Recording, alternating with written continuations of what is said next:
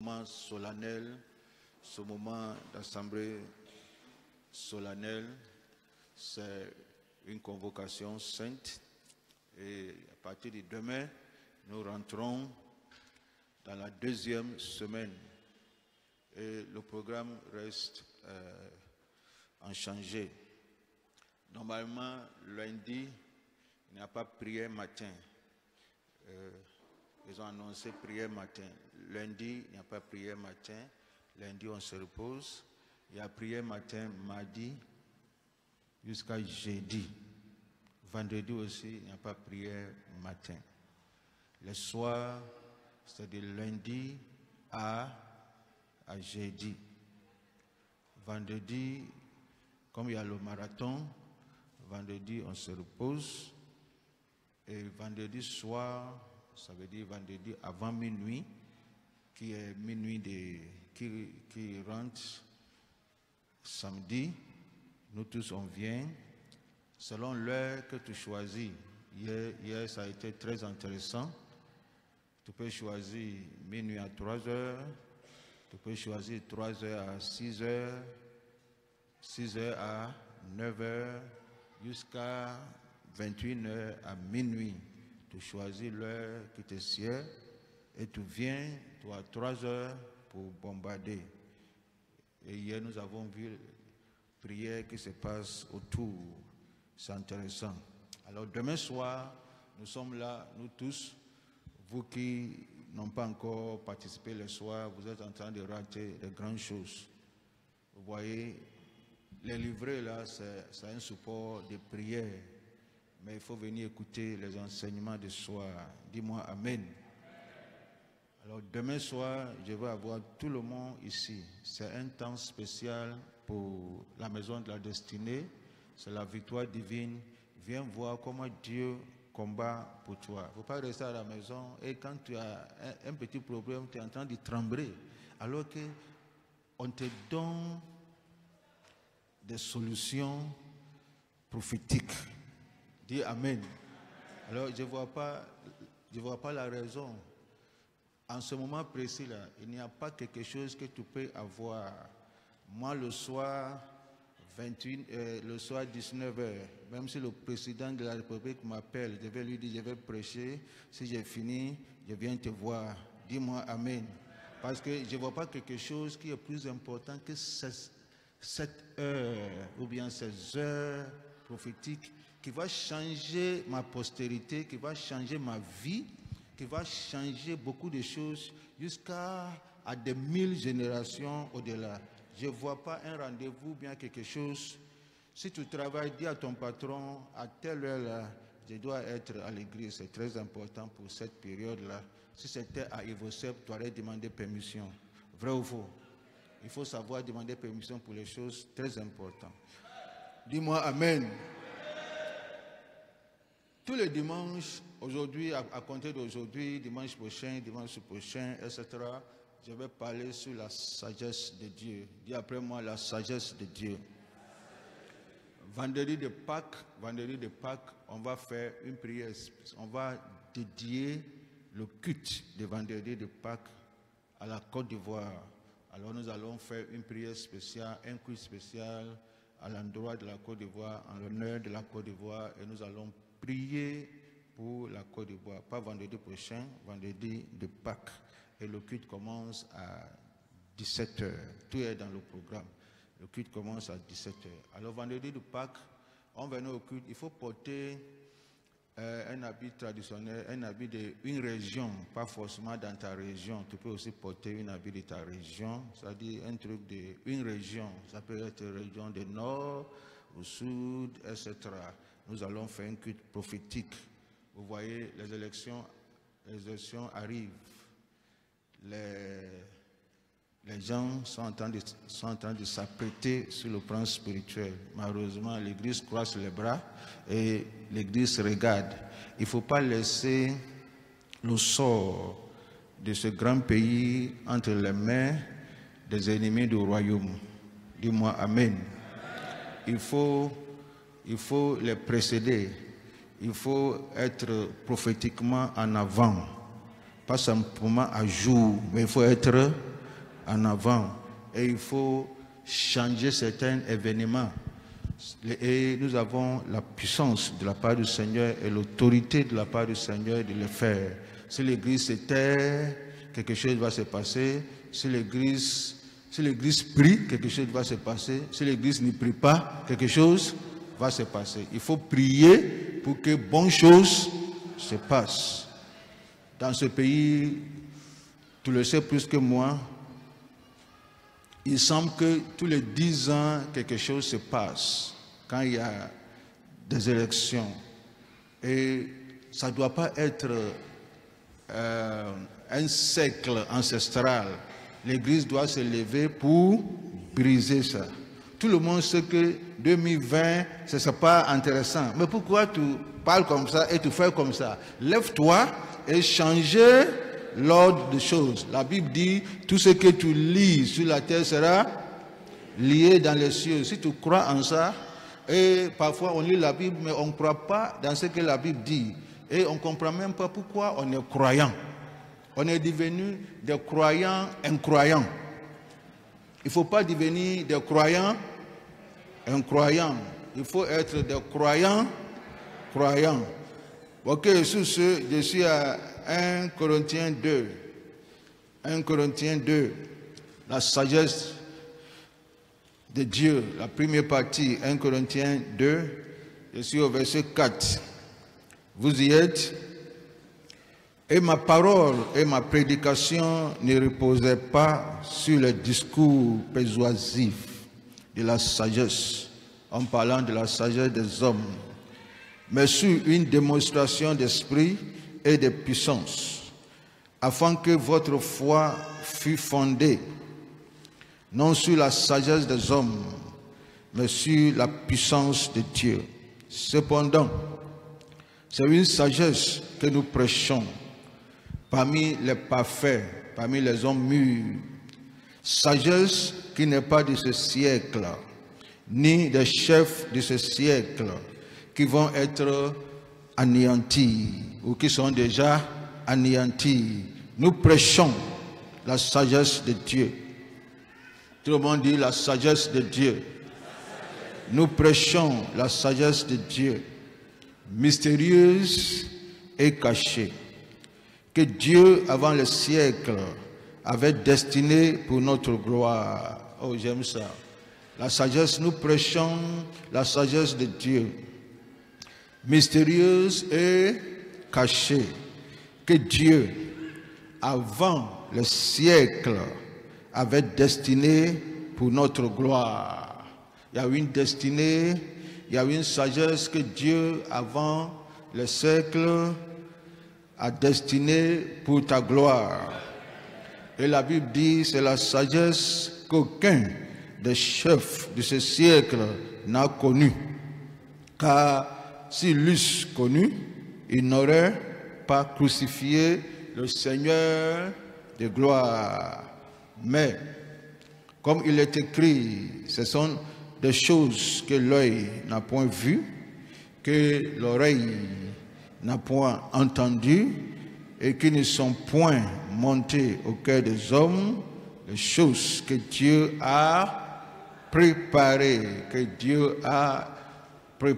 pas les choses que Dieu va préparer, mais les choses que Dieu a préparées pour ceux qui l'aiment. Seigneur, merci pour ta parole. Inspire-nous davantage. Accompagne ta parole par des merveilles et des réveils. Dans le nom puissant de Jésus. Dis-moi Amen. Alors je vais parler de la sagesse de Dieu. Comme je dis, ce dimanche, ces 3 dimanches devant nous, la sagesse de Dieu. On entend par sagesse de Dieu le conseil prédéterminé et arrêté par Dieu avant le siècle pour démontrer sa puissance et faire éclater sa gloire. Il faut noter ça. Quand on parle de sagesse de Dieu, on ne parle pas de l'application des connaissances. Quand on parle de sagesse de Dieu, on ne parle pas de la sagesse des hommes, on ne parle pas de la sagesse humaine. Ça n'a rien à voir avec l'école et ça n'a rien à voir avec l'application de connaissance ou d'intelligence. Est-ce qu'on se communique?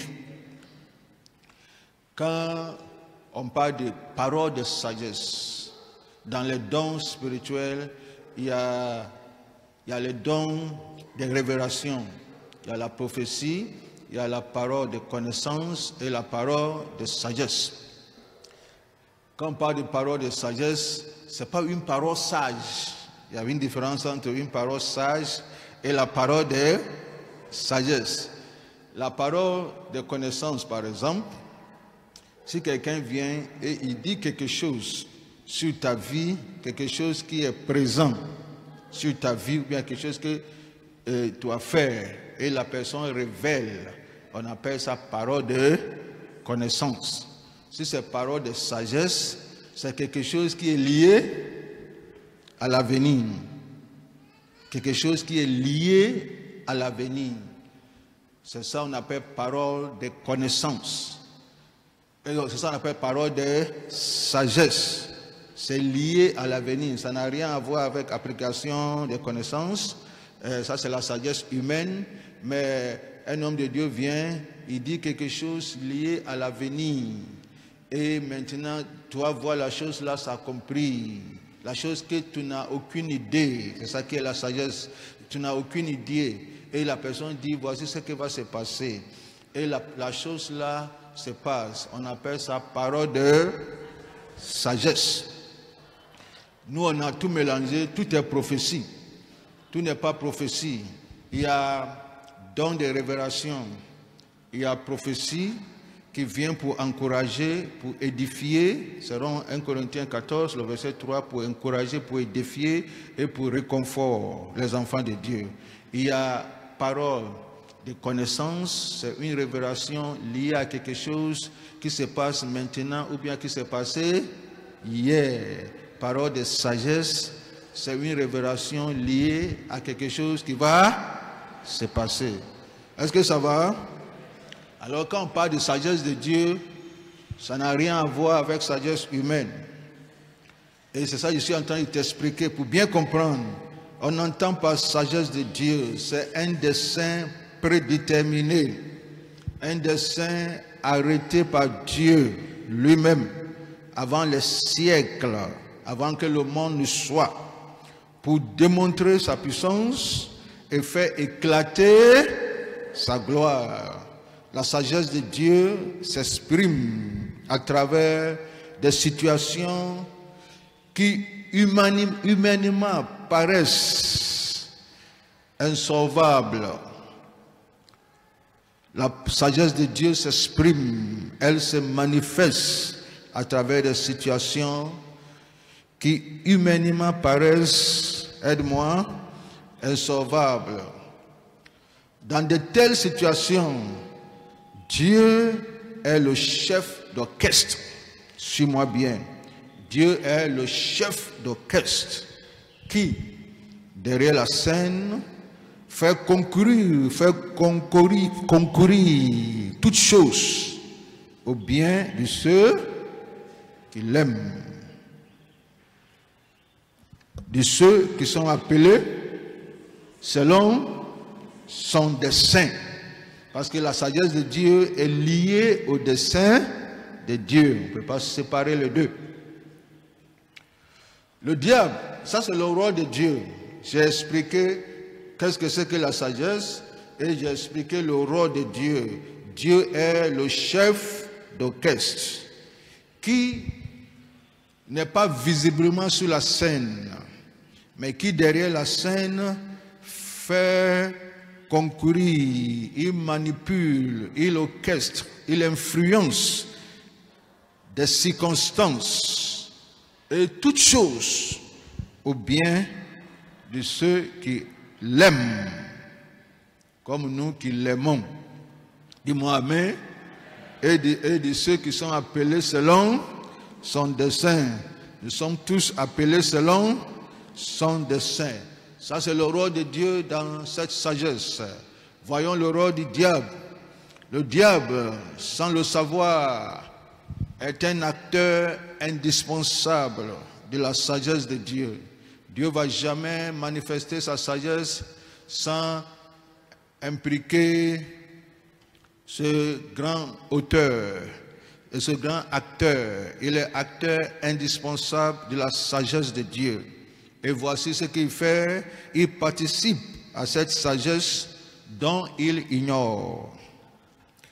Est-ce qu'on se communique? Il participe à cette sagesse dont il ignore le fond. Parce que cette sagesse, l'apôtre Paul nous dit, elle est mystérieuse et cachée. Elle est cachée au prince de ce siècle. Elle est cachée au prince de ce siècle. Il y a quelque chose dans ta vie et dans ton avenir, c'est Dieu seul qui le sait. Personne, qu'il soit démon, sorcier, je ne sais pas qui il est, la Bible dit, même le prince de ce siècle, cette sagesse de Dieu concernant ta vie est un mystère. Un mystère est une vérité cachée. Alors le diable, sans le savoir, est un acteur indispensable de la sagesse de Dieu. Il participe à cette sagesse dont il ignore le fond. Parce qu'elle est mystérieuse et cachée au prince de ce siècle, à force de vouloir anéantir la manifestation. Ça veut dire l'expression de cette sagesse. Le diable lui-même participe à la réalisation de la sagesse de Dieu sans le savoir. À son insu, il participe à la réalisation de la sagesse de Dieu. Et chaque fois qu'il participe, c'est à la fin qu'il se rend compte qu'il a commis une erreur. Et c'est ce qui va se passer dans ta vie. La sagesse de Dieu pour ta vie sert, suis-moi bien, sert à ton avantage. Dis-moi Amen. La Bible dit c'est pour notre gloire. Notre gloire ici, c'est pour notre élévation. La sagesse de Dieu pour ta vie sert à ton avantage. Elle est destinée à propulser ta gloire. Ça veut dire ton élévation. Les choses que Dieu a préparées pour toi dans sa sagesse, dans la manifestation de sa sagesse, la Bible précise bel et bien que ce sont les choses que l'œil n'a point vues. Ce que Dieu va faire pour moi, l'œil n'a point vu. Ce que Dieu va faire pour toi, la Bible dit, l'oreille n'a point entendu. Ce n'est jamais venu dans le cœur des hommes, des choses que Dieu va faire pour toi. Voici la sagesse de Dieu. C'est un dessein prédéterminé, arrêté par Dieu lui-même, pour démontrer sa puissance et faire éclater sa gloire. Mais Dieu fait ça à travers une situation. Est-ce qu'on se communique? À travers une situation qui n'est pas une bombe. Nous allons voir plusieurs exemples. Dieu lui-même, il est le chef d'orchestre. Je suis en train de résumer. Il est le chef d'orchestre. Parce que c'est la sagesse de Dieu. Mais Dieu n'est pas sous la scène visible. Il est derrière la scène, avec une main plus puissante que toute autre main. Et il manipule, il orchestre, il influence les choses. Parce que c'est lui-même qui est l'acteur principal. On se communique, non? Et il manipule les choses en sa faveur. Tout ce qui vient sur la scène sont des acteurs. On se communique? Sont des acteurs. Aujourd'hui, on ne va pas parler de plusieurs acteurs. Un acteur indispensable, c'est qui? C'est le diable. Il joue un rôle dont la fin est inconnue de lui-même. Est-ce que mon français est clair? Il joue un rôle. Mais le rôle qu'il est en train de jouer là, c'est à la fin qu'il se rend compte qu'il ne devrait pas faire ce qu'il avait fait. Il va venir dans ta vie, mais après il va regretter d'être venu dans ta vie. Mais sur la scène, il est visible. Et ici, là, si tu ne connais pas la sagesse de Dieu et la puissance de Dieu, Dieu même fait quelque chose pour ton bien, mais tu ne sauras pas. C'est à cause de ça l'apôtre Paul dit, nous prêchons la sagesse de Dieu, pas la sagesse des hommes, pas des calculs et des principes à suivre pour être bon, être bien et de réussir. Mais nous prêchons la sagesse de Dieu qui est mystérieuse et cachée, que aucun prince de ce monde n'a connu. Et l'apôtre Paul dit, s'il avait connu, il n'aurait pas crucifié le prince de gloire. Voyons le cas de Moïse. À travers des cas, vous allez bien comprendre. Le cas de Moïse. Aide-moi, Seigneur. Moïse, voyons la présence, la période de sa naissance. La période de sa naissance. Moïse est né au moment où les sages-femmes égyptiens reçurent l'ordre de tuer tout nouveau-né hébreu de sexe masculin. Est-ce qu'on peut dire que Moïse est né à une bonne période? En principe, non. Mais selon la sagesse de Dieu, Moïse est né dans une bonne période. Il ne faut jamais confondre la sagesse de Dieu à la sagesse des hommes, s'il te plaît. Prophétiquement parlant, Moïse, selon le programme de Dieu, selon le dessein de Dieu, c'est le moment favorable, le moment opportun pour la naissance de Moïse. Parce que le chef orchestre est en train d'orchestrer quelque chose que personne en Égypte en ce moment-là, y compris le diable, ne savait. Mais Pharaon, ou bien le diable, il sent que quelque chose se passe, mais il ne sait pas ce qui se passe. Il appelle les sages-femmes de toutes les cliniques et de tout hôpital. Venez. Si une femme hébreu vient accoucher, si l'enfant est une fille, laisse-la vivre. Si c'est un garçon, tue-le. Ça n'a pas marché et Pharaon renforça cet ordre avec un décret de mise à mort lancé contre les bébés des femmes hébreux. Et comme c'est un décret, ça sera suivi par la force de l'ordre. Ils rentraient dans les maisons des enfants, ils rentraient dans les maisons des Hébreux.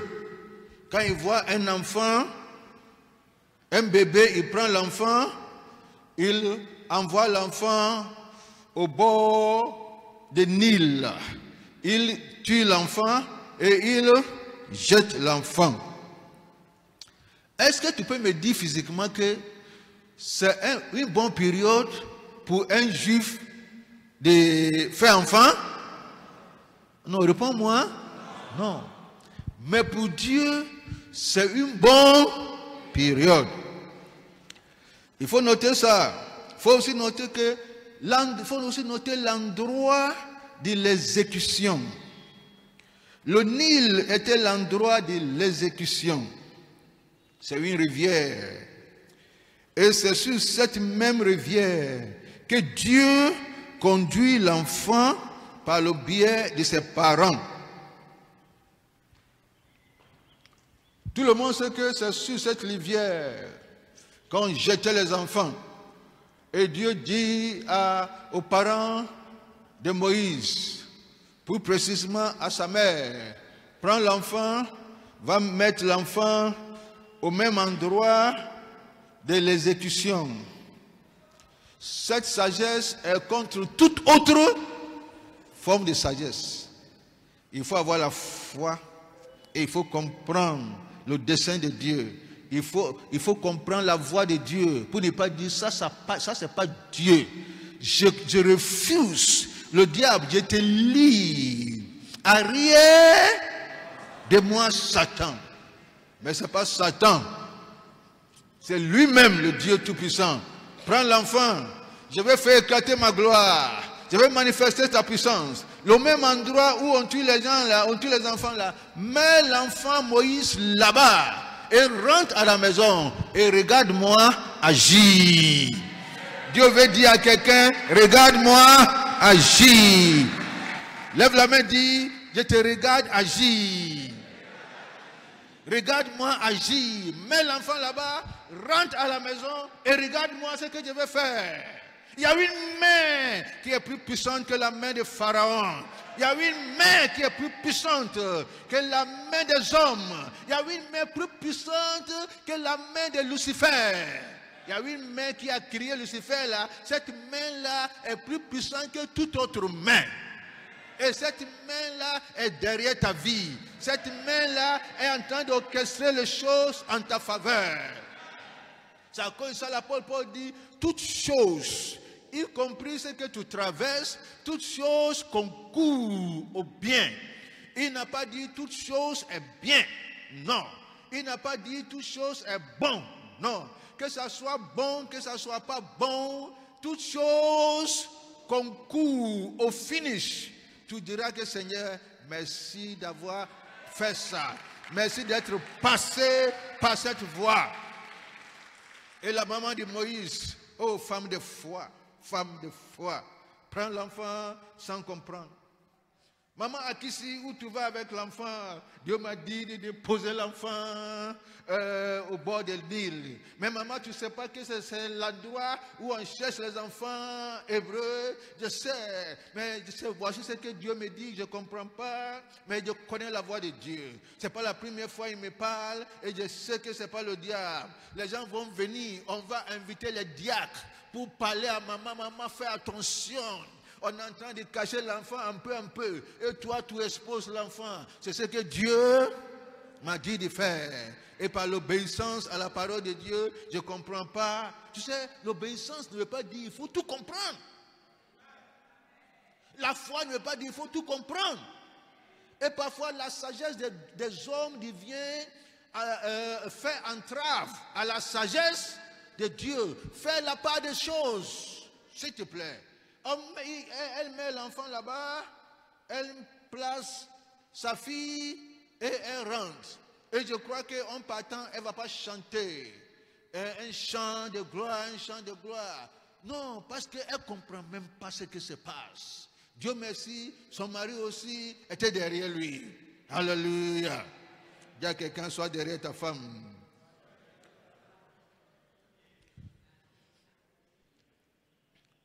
Au lieu d'un militaire censé exécuter la sentence, c'est plutôt la fille de Pharaon qui apparaît. La fille de Pharaon apparaîtra. Oh, dis-moi, la fille de Pharaon apparaîtra. En trouvant l'enfant, elle aurait dû se conformer au décret de son père. En noyant Moïse dans cette eau. Mais une main plus puissante que celle de Pharaon, son père, agissait derrière la scène. Il y a une main. Quel que soit ce que tu traverses, il y a une main. Elle regarde l'enfant, faveur intervient. Et ce qui est extraordinaire, c'est que c'est la mère de Moïse qui fut recommandée à la princesse comme nourrice. Tu es d'accord avec moi? C'est la princesse, c'est la femme forte de l'Égypte. N'est-ce pas? Elle connaît les ONG. N'est-ce pas? Ce n'est pas Myriam, l'esclave là, qui va lui proposer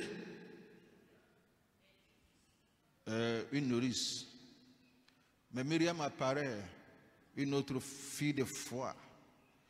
Elle n'a pas eu peur, parce que Dieu est derrière la scène. Elle vient, maman, peut-être même elle tremble. Maman. Est-ce que la princesse sait que c'est l'enfant d'un Hébreu? Et l'histoire biblique nous dit, suis-moi bien, que cette fille-là n'avait pas enfant. Est-ce que vous voyez? Tu sais, la sagesse de Dieu est mystérieuse et cachée. À cause de Moïse, Dieu, sage, a fermé les entrailles de cette femme-là.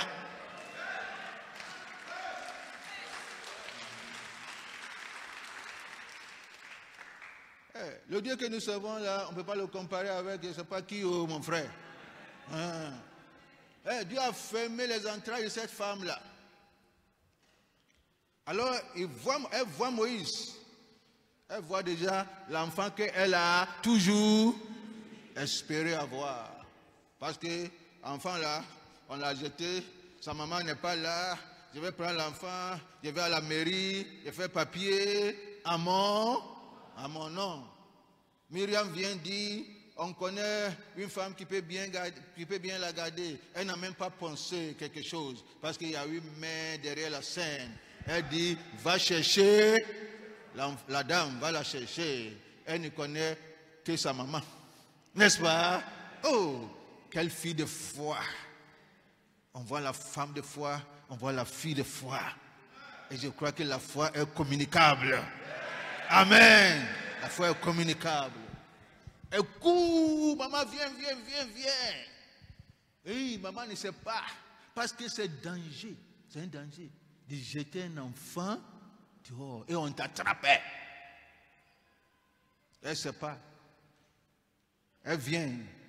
Elle dit, prends l'enfant. Occupe-toi de l'enfant pour moi. Combien tu vas prendre à la fin du mois? Kayanda, Yandera Boha. Tu prendras combien à la fin du mois? C'est maintenant l'histoire commence, n'est-ce pas? Tu prendras combien? Par l'humilité, tu ne veux pas dire, je vais prendre quelque chose parce que c'est ton enfant. Tout ce que tu vas me donner. Mais elle ne dit pas, je ne prends rien, s'il te plaît. Quand Dieu ouvre la porte, ne dis pas, je ne prends rien. Quand Dieu ouvre la porte, mets quelque chose sur la table. Dis, j'exige ça. Alors, elle-même, elle a vu que prendre soin d'un enfant, tant. Elle-même va voir, pas affaire de nourrice, non, pas bon, pas servante. Pas 30 000 par mois. Elle-même voit, regarde, je te donne tel montant tous les 2 semaines. Dis-moi Amen. Va, occupe-toi de moi, mon enfant. C'est elle qui lui a donné le nom Moïse, parce que je l'ai retiré de l'eau. C'est mon enfant. Ça veut dire c'est mon fils. Mais en réalité, c'est l'enfant de la mère biologique. C'est son enfant, mais c'est le fils de la princesse. Est-ce qu'on se communique? Elle a déposé, elle est retournée. Maintenant, elle partait. Les mêmes personnes qui sont venues lui dire où tu vas. Il ne faut pas partir. Il ne faut pas faire ça. Les mêmes personnes disent, mais qu'est-ce que c'est pas? Tu reviens avec l'enfant? Oui, je reviens avec l'enfant. Si je vais avec l'enfant, sous la parole de Dieu, je reviendrai avec l'enfant. Alléluia. Mais cette fois-ci, ce n'est pas avec l'enfant seul. Il y a un garde rapproché. Il y a un garde rapproché. Parce que la princesse va exiger que son enfant soit protégé. Le décret n'a pas été annulé. On se communique, non? Le décret de son père est toujours en vigueur. À cause du décret de son père, il doit faire une entorse. Il doit faire une exception. Elle doit faire, pardon. Elle envoie des policiers, des gendarmes, des militaires pour garder la maison de la mère de Moïse. Les mêmes personnes qui tuent l'enfant, c'est les mêmes personnes, cette fois-ci, qui protègent l'enfant. Yendara Katoya, Masukeya. Les mêmes personnes qui tuent l'enfant, c'est les mêmes personnes avec la même épée qui protègent la même personne. Nimara Katababa. Hey Yara, qui peut encore dire que tu n'es pas Seigneur? Qui peut encore dire que tu n'es pas Seigneur? Tout genou fléchira et toute langue confessera. Lève la main et dis la sagesse de Dieu.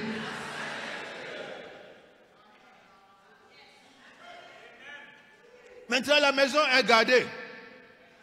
Et je crois que les femmes qui au départ en train de dire, hey, maman, ici, fais attention, fais attention. Les mêmes femmes là vont aller chez leurs frères, leurs parents.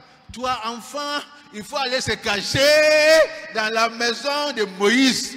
Parce que quelque chose se passe là-bas. C'est une maison exemptée. Lève la main, dit, voici une maison exemptée. Lève la main, dit, voici une maison exemptée. Ma maison est exemptée. Alors, ce n'est pas fini, Excellence.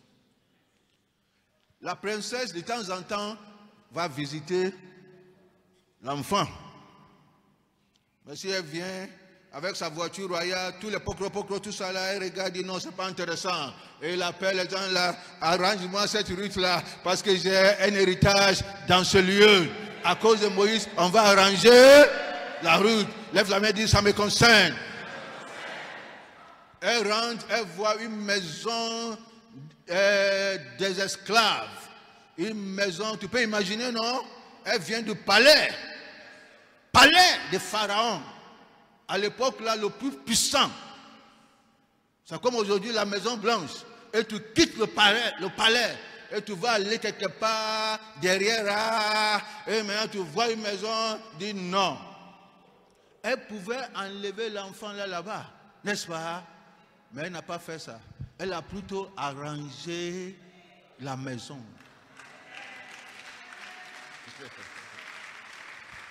Elle a élevé le standing de la maison. Lève la main et dis, ça me concerne.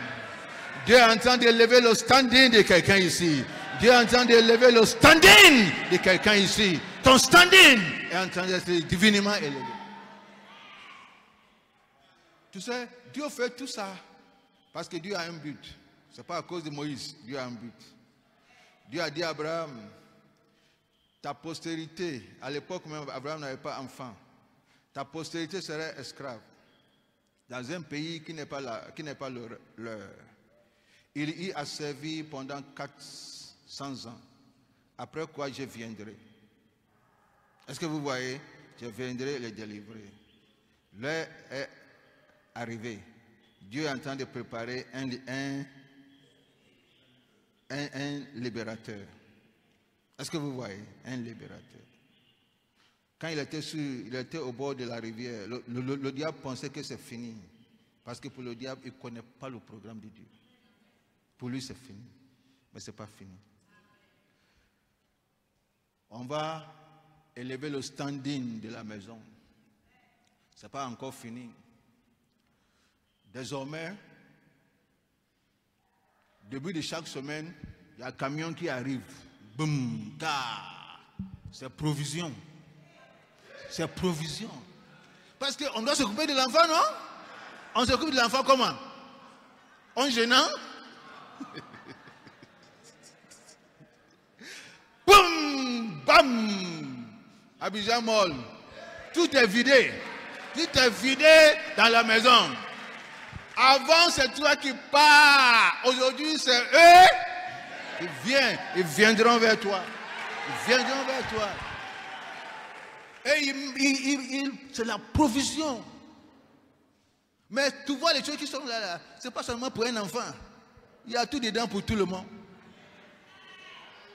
La provision de Dieu, il y a tout dedans pour tout le monde. Lève la main et dis, ça me concerne. Le diable ne sait pas que c'est le même enfant qui demain va se tenir devant Pharaon pour dire, laisse aller mon peuple. Si Pharaon savait, il n'aurait pas fait ce qu'il est en train de faire. Un jour même, le Pharaon lui-même va rentrer dans la même maison pour aller voir son petit-fils. Son décret n'a pas changé. Son décret est toujours en vigueur. On s'en fout des degrés des démons et des sorcières. Mais nous savons qu'il y a un Dieu qui fait exception. Il y a un Dieu qui fait entorse. Il y a un Dieu de dérogation. Son décret là, à cause de Moïse, tous les bébés là sont là-bas. Nil est vide. Et je je déclare que Nil sera vide. Maïketeya bahanta. Le diable ne savait pas. Pharaon ne savait pas. L'apôtre Paul dit, nous prêchons la sagesse de Dieu, mystérieuse et cachée, que Dieu, avant le siècle, avait destiné pour notre gloire, pour notre élévation. Sagesse qu'aucun des chefs de ce siècle n'a connue, car s'il l'eût connu, il n'aurait pas crucifié le Seigneur de gloire. Mais comme il est écrit, ce sont les choses que l'œil n'a point vues. Ce qui se passe dans la maison de Moïse, est-ce que l'œil a vu? N'a point vu. Condamné à mort, décret sur toi. Tu es en train de cacher l'enfant. Mais Dieu va faire les choses que l'œil n'a point vues, que l'oreille n'a point entendues. Aucun prophète ne pouvait venir chez maman de Moïse pour dire, maman, dans 3 mois, quelque chose va se passer. Parce que le prophète même, il voit l'apparence là. Lui-même, il fuit. Lève la main et dit, la sagesse de Dieu. Pourquoi la dame n'a pas pris Moïse, envoyé chez elle pour élever l'enfant? Pourquoi? Pourquoi elle n'a pas invité la mère de Moïse au palais pour s'occuper de l'enfant? Pourquoi? Et pourquoi on met l'enfant à la maison de sa propre mère? Parce que l'enfant a besoin d'une éducation. Une éducation. On doit lui dire, Dieu nous a promis libérer. Toi, tu es hébreu. Tu n'es pas égyptien. On ne sait pas pourquoi tu as eu faveur spéciale. Mais cette faveur-là, ça nous dépasse. Mais mets dans ton cœur que tu n'es pas égyptien. Tu es toujours enfant d'hébreu. Mets ça dans ta tête. Le jour où on viendra te chercher, tu vas là-bas, dans ton esprit, tu es hébreu. C'est à cause de ça que Dieu n'a pas voulu. Il ne faut pas oublier qu'il y a une mère derrière la scène. Dieu n'a pas voulu. Dieu n'a pas voulu que Moïse se déplace. Si Moïse s'est déplacé là-bas, sa maman aurait pensé que c'est un miracle. Mais ce miracle-là, c'est un miracle personnel. Tu sais, je ne veux pas un miracle personnel où c'est moi seul qui bénéficie. Mais je veux un miracle national, international, global. Le miracle que Dieu va opérer dans cette église-là, ce n'est pas un miracle personnel. C'est un miracle collectif. Collectif. On a éduqué Moïse. Moïse est rentré au palais après. Et vous connaissez la suite de l'histoire. Le jour où ce pharaon a su qu'ils ont commis une grande erreur. Ils ont mis Moïse à l'école, une école prestigieuse, tu peux imaginer. La Bible dit, Moïse était diplômé du haut niveau. Parce qu'il préparait Moïse pour devenir pharaon. Et à cause de ce que sa maman lui a dit, que tes enfants, tes frères sont en train de servir comme esclaves. Si demain on ne sait pas, Dieu te fait grâce. Pense aussi à cela. Et nous croyons que c'est à cause de cela que Dieu est en train de faire tout ça. Si tu ne connais pas ta destinée et tu ne connais pas la sagesse de Dieu et tu l'abuses, s'il te plaît, tu vas payer cher. Il faut comprendre que là où tu es là, Mardochée a dit à Esther, qui sait si ce n'est un temps comme celui-là que tu es parvenu à la royauté. La bénédiction de Dieu, tout ce que Dieu est en train de faire pour Moïse là, ce n'est pas Moïse. Ce n'est pas à cause de Moïse. C'est à cause de qui? C'est à cause du peuple d'Israël. Tant que tu perds de vue d'Israël, tu as raté. Quel que soit ce que tu as raté. Dieu a fait ça à cause d'un peuple, pas à cause d'un individu. Et Dieu merci, Moïse a su cela. Moïse a su cela. On va se tenir debout. On a dépassé l'heure. On a dépassé l'heure. Lève la main vers ce Dieu qui nous a aimés. Lève la main vers lui. Nous allons encore chanter ta sagesse confond celle des puissants. Ta sagesse confond celle des puissants. Lève la main vers lui. Aime-le, s'il te plaît, il t'aime. Il t'aime plus que tu peux imaginer. Yahateyan Debrostaha. Confond celle des puissants. Par ta parole, tu renouvelles tes enfants. Tu es maître en tout lieu, en tout temps. Dieu sans limite. Nous te célébrons par nos chants. Au-dessus de tout, tu règnes. Toutes nos vies t'appartiennent. Alors que nous chantons, viens avec ton offrande sous la parole. Alors que nous chantons pour gagner le temps. Ta sagesse confond celle des puissants. Par ta parole, tu renouvelles tes enfants. Tu es maître en tout lieu, en tout temps. Dieu sans limite. Nous te célébrons par nos chants. Au-dessus de tout, tu règnes. De nos vies t'appartiennent. Alpha et Oméga, roi des rois. Tous les autres dieux t'en veulent. Tous les rois se prosternent devant ta majesté.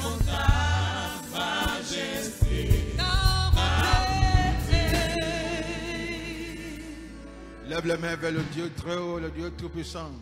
La parole dit, nous prêchons la sagesse, non la sagesse des hommes, une sagesse divine, la sagesse mystérieuse et cachée, que le prince de ce monde n'a connue. Afin que ta foi ne soit pas fondée sur la sagesse des hommes, mais que ta foi soit fondée sur la puissance de Dieu. Il y a une main.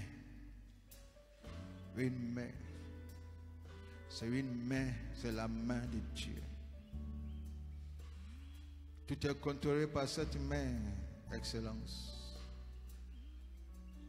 Et c'est parce que tu traverses. La maman de Moïse a connu cela, sinon plus que ça. Joseph a connu cela. Mardochée a connu cela. Mais ils ont vu au finish qu'il fallait ça. Pour arriver là où Dieu veut nous amener. Merci pour ta main puissante, Seigneur. Merci pour ta gloire.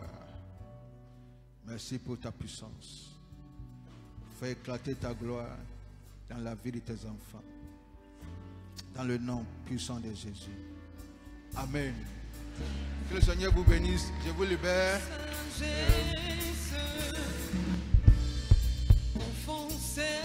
Demain à 18h30.